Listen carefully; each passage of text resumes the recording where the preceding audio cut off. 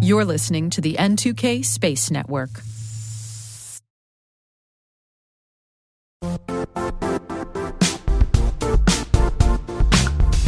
The IT world used to be simpler.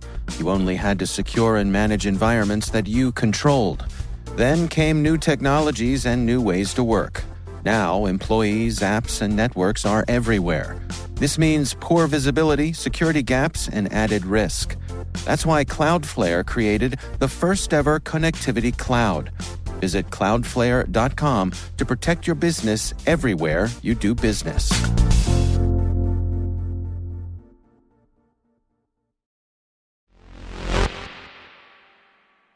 Gwynne Shotwell, the president and CEO of SpaceX, says she knows it'll be hard for other space companies to catch up to SpaceX, but they'll welcome the competition.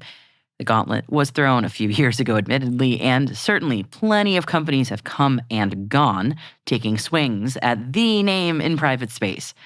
Enter one more competitor now, the Exploration Company, aiming to bring reusable space access to Europe. T-minus 20 seconds to LOS speed rest to go for deploy. Roger roll. Today is November 18th, 2024. I'm Maria Varmazes, and this is T-minus.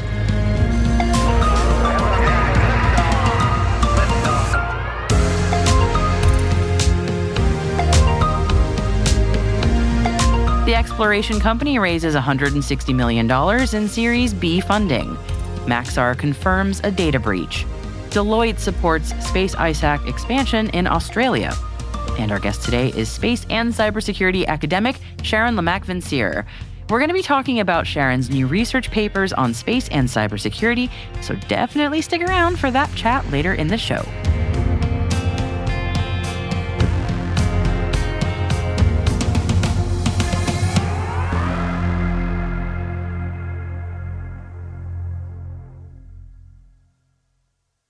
It's Monday. Let's get into it. We're kicking off with some news of a large raise in Europe for a company dubbed as the continent's answer to SpaceX. The Exploration Company, also known as TEC, has closed a $160 million Series B funding round. It is the largest space Series B round out of Europe, so far anyway. The company plans to use the new capital to develop and test NIX, the first European reusable space capsule, expand the 200-person team, and scale their capacity. The Exploration Company's CEO, Helene Hubby, says this significant raise is a reflection of not only the talent and commitment of the team at TEC, but also that building global companies with European roots can only be done through fostering trust and cooperation between European countries. 98% of our shareholders are European, demonstrating that the continent can finance bold entrepreneurs. Space will play a critical role in shaping humanity's future, and I want to contribute to building a future which is peaceful and cooperative, and our European DNA fits perfectly with this mission. TEC is currently developing the second version of NIX, which it expects to launch next year, followed by a final version in 2028. This model will be partly financed by the European Space Agency. Satellite company Maxar has confirmed a data breach. According to filings with state regulators, the Colorado-headquartered company's breach involved the personal information of its employees. The notice filed with California's Attorney General last week said a hacker using a Hong Kong-based IP address compromised Maxar's network on October 4th to access files containing employees' personal data. It's not yet known if the alleged hacker is located in Hong Kong or just used a server in Hong Kong to hide their real location. Maxar said in the disclosure that it discovered the breach a week later on October 11th and took immediate action to prevent further unauthorized access to the system.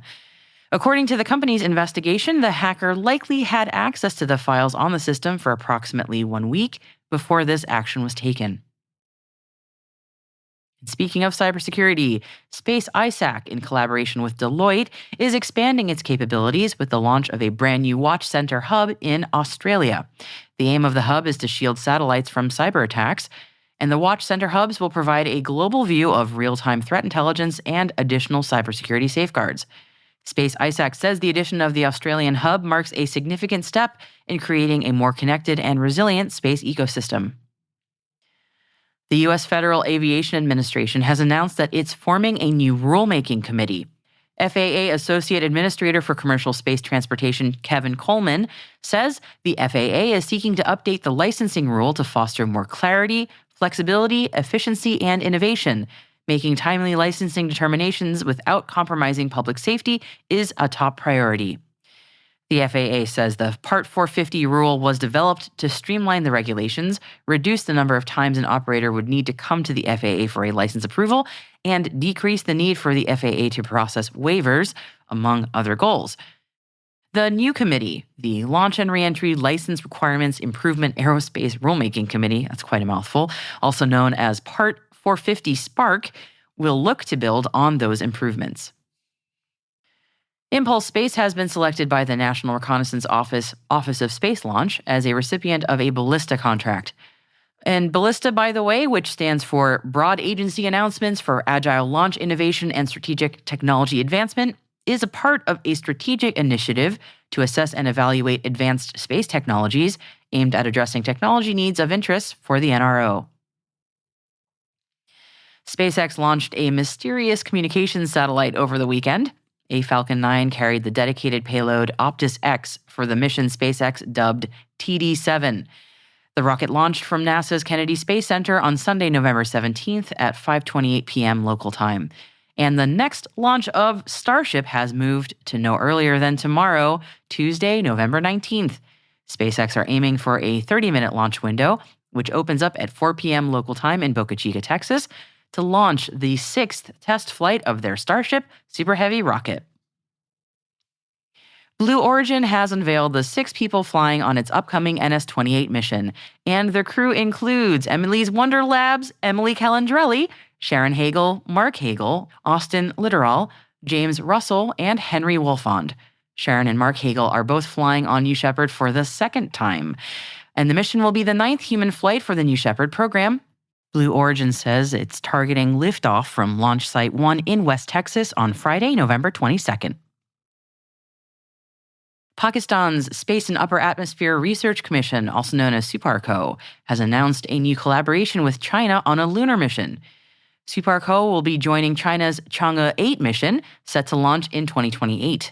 SUPARCO's indigenous rover will be included in the mission to explore the lunar surface, conduct scientific research, and test innovative technologies for future lunar and planetary exploration.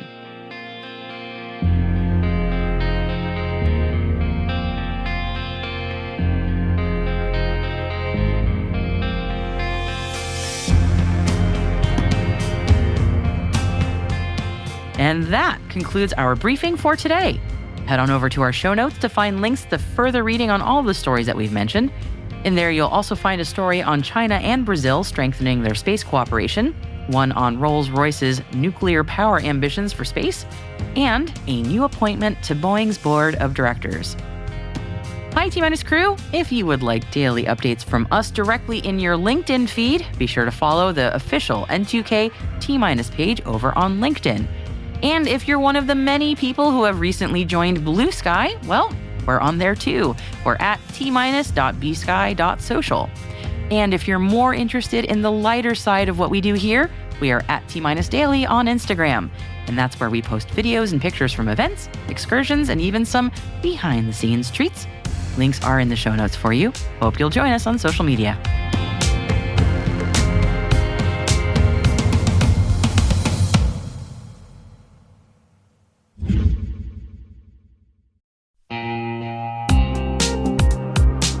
And now, a word from our sponsor, NordPass.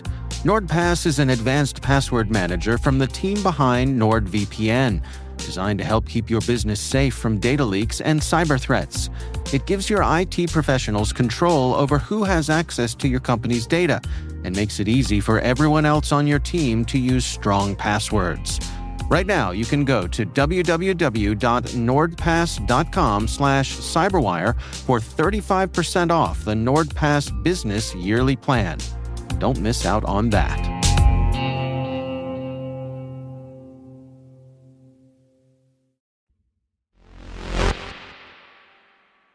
Our guest today is space and cybersecurity academic Sharon Lemac-Vincere.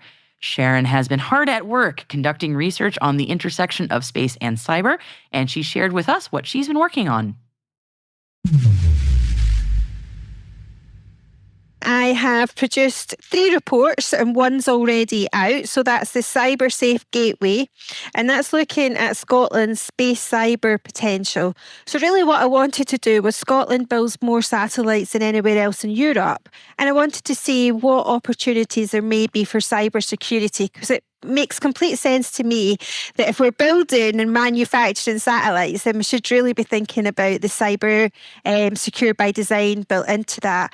But actually, there was so much more potential that came out of that report in terms of Scotland's ability at for cyber security in the commercial space sector.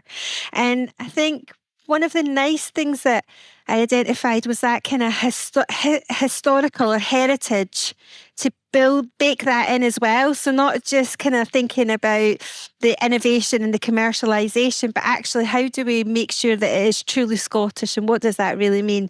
So that was interesting. So that report's available, and then there's a UK-wide one coming out hopefully next week, and a final report on women leadership, female leadership at the intersection of space cyber. So congratulations, first of all. That is a huge amount to get that done. My gosh. Okay, so tell me a bit more about, I want to hear more about each of these, but let's start with the first one that you mentioned about building in security by design in satellites that are made in Scotland specifically. So was this sort of taking a look at what's happening now, like what maybe processes are? What was that report looking at specifically? Well, the UK more broadly is predominantly an SME market for space, and we know that we've got a real issue in terms of how do we make sure the space sector is secure globally. So I was really just trying to find out what was the competitive advantage for Scotland, given that they've got that historical kind of market position in terms of building the satellites, and just trying to see, is there a real opportunity for developing the software as well? And we know that SMEs don't have enough funding, for cybersecurity. If it's a case of putting food on your table and baking in cybersecurity, you're going to put the food on your table, aren't you? Because that's your kind of key issue to deal with in that kind of day-to-day thing. So it was trying to work out, is there a different way of thinking that we can help SMEs and leaders see the value to build a more robust ecosystem for the space sector? I was also thinking SMEs in this case means not just subject matter experts, but also satellite manufacturers and engineers. Is that what we're...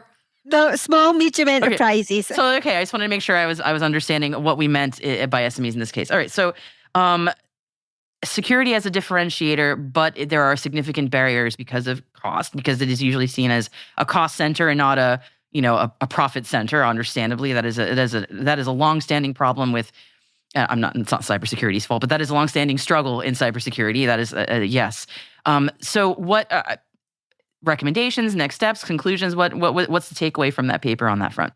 Yeah, well, I think there's, if you don't mind, a couple of other points in terms of the intersection. Yeah. Languages was a real issue as well, in terms of space and cyber. I think we've mentioned that before about speaking different technical languages and how you bring that together. Like SME, like we just... Yes, exactly. Yeah, there you go.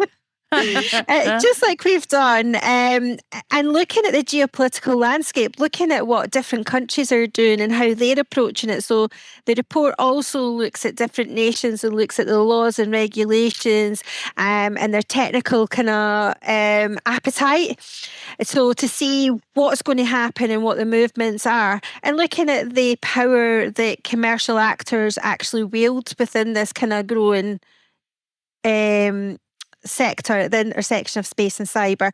So in terms of the report, it suggests that Scotland should be really kind of maximising that potential at the intersection, because I don't see many nations actually capitalising on the space cyber intersection.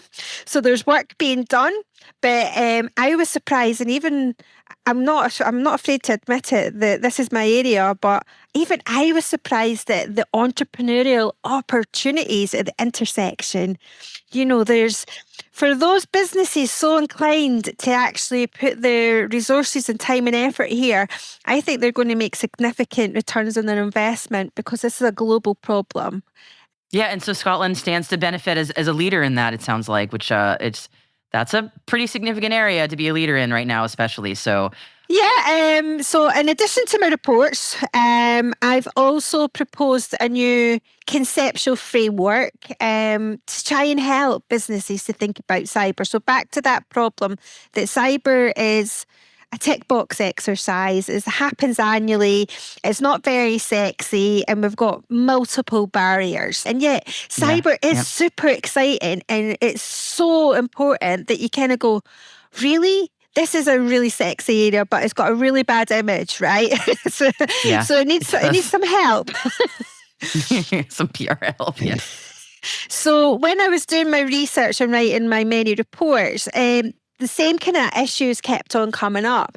And that made me think of a strapline that I shared at Global Milsat. And basically what I'm suggesting is that for the space sector, in terms of cybersecurity, we need entrepreneurs and leaders to think like spies. So that's a top line. So think like spies, look at the horizon, scanning, look in the gaps, look in the blind sides, and start to think about what is the next type of threat vector that we're going to have to face in the kind of space domain, and what kind of approaches can we do to develop products and services that help address that. So we need people in cyber to think like spies.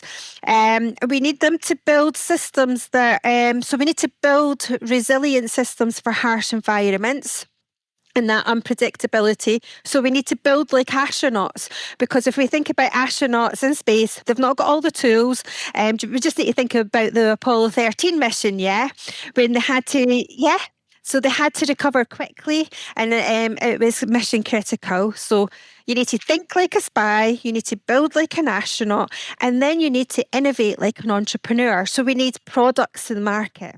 So we need to start thinking about that entrepreneurial and that kind of disruption and innovation and really inject it. So I think if we think like that, it kind of makes it a wee bit more sexier, because we're spies, we're space, and we're entrepreneurs. 3 of the most sexiest things that we could do, I'm like, that's some great messaging. I just have to say, I love that. Great top lines. Just my marketing brain's going, ooh, that's very nice. So that's directed mainly at like the space industry, because, people who are building these incredible systems and spacecraft.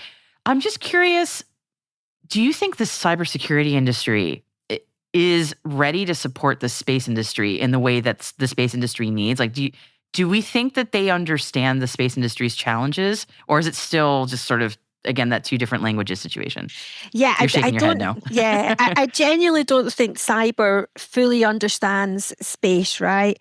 However, as I've said by my reports, the pure entrepreneurial potential, right? So if we're talking about, follow the money, right? Or money talks. If you're a cyber professional, getting to understand space, you're guaranteed to make quite significant sums, in my opinion, right? Because the space sector is only going to grow.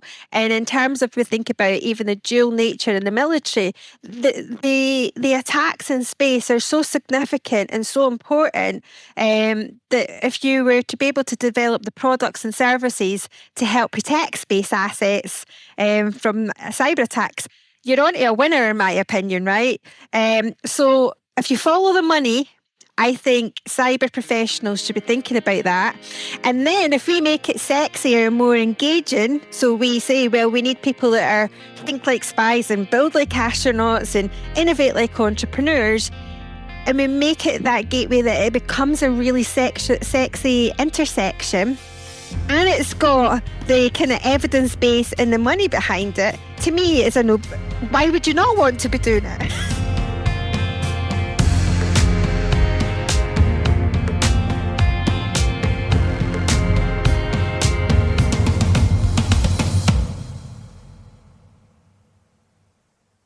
We'll be right back. With Lululemon, the real gift happens when they're living in it. When you give the fan favorite everywhere belt bag, the real gift is... And when the ultra soothing rest feel slides are the gift, you're really giving them... This holiday, Lululemon makes it easy to give little luxuries that go beyond. Open the moment. Shop now at lululemon.com. Welcome back. Today's cosmic revelation is brought to you by none other than the James Webb Space Telescope. And if you know me, then you know I'm a big Webb fan. JWST has made another potentially huge, life-changing discovery, no big deal. This time shaking up our understanding of the universe with a wild twist on gravity itself. Yeah, JWST has spotted clues that challenge the dominant dark matter theory that governs how galaxies form and behave, and the findings seem to lend support to a lesser-known hypothesis called modified Newtonian dynamics, or MOND. This alternate framework, proposed back in 1998, good year, suggests that instead of invisible dark matter shaping galaxies, the laws of gravity themselves may actually operate differently at large scales. Wow. JWST's data showing unexpected galaxy behaviors line up suspiciously well with MOND predictions. Could it mean rewriting the cosmic rulebook? Perhaps. But as with all of these great space debates, the scientific community is cautious, saying more data is needed to confirm these tantalizing hints, of course. One thing is for sure. Whether it's bending gravity or breaking paradigms, JWST is showing us the cosmos in ways that we've never seen before or certainly expected. And that's what keeps space science as thrilling as a warp speed starship ride.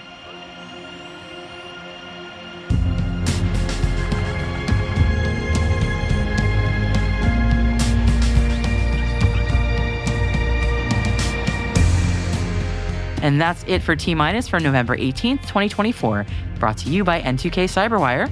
For additional resources from today's report, check out our show notes at space.n2k.com.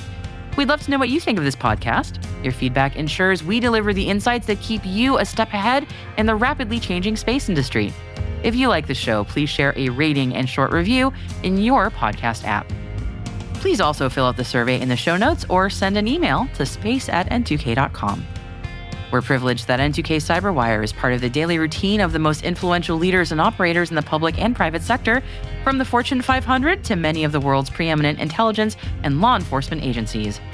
N2K makes it easy for companies to optimize your biggest investment, your people. We make you smarter about your teams while making your teams smarter. Learn how at n2k.com. This episode was produced by Alice Carruth. Our associate producer is Liz Stokes. We're mixed by Elliot Peltzman and Trey Hester, with original music by Elliot Peltzman. Our executive producer is Jennifer Iben. Our executive editor is Brandon Karpf. Simone Petrella is our president. Peter Kilpie is our publisher. And I am your host, Maria Varmazes. Thanks for listening. Have a great day.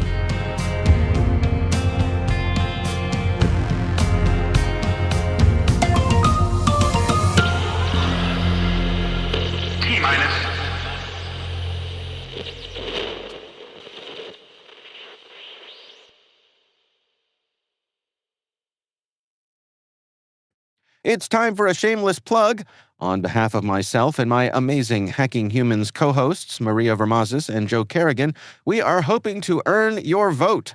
I know you thought the election was over, and it is, but our hosting team was nominated in the Creator of the Year category in the 2024 Technically Awards for the Baltimore region. We'd love your support.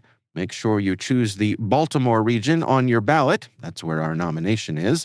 And do be quick about it. Voting ends on Monday, November 18th.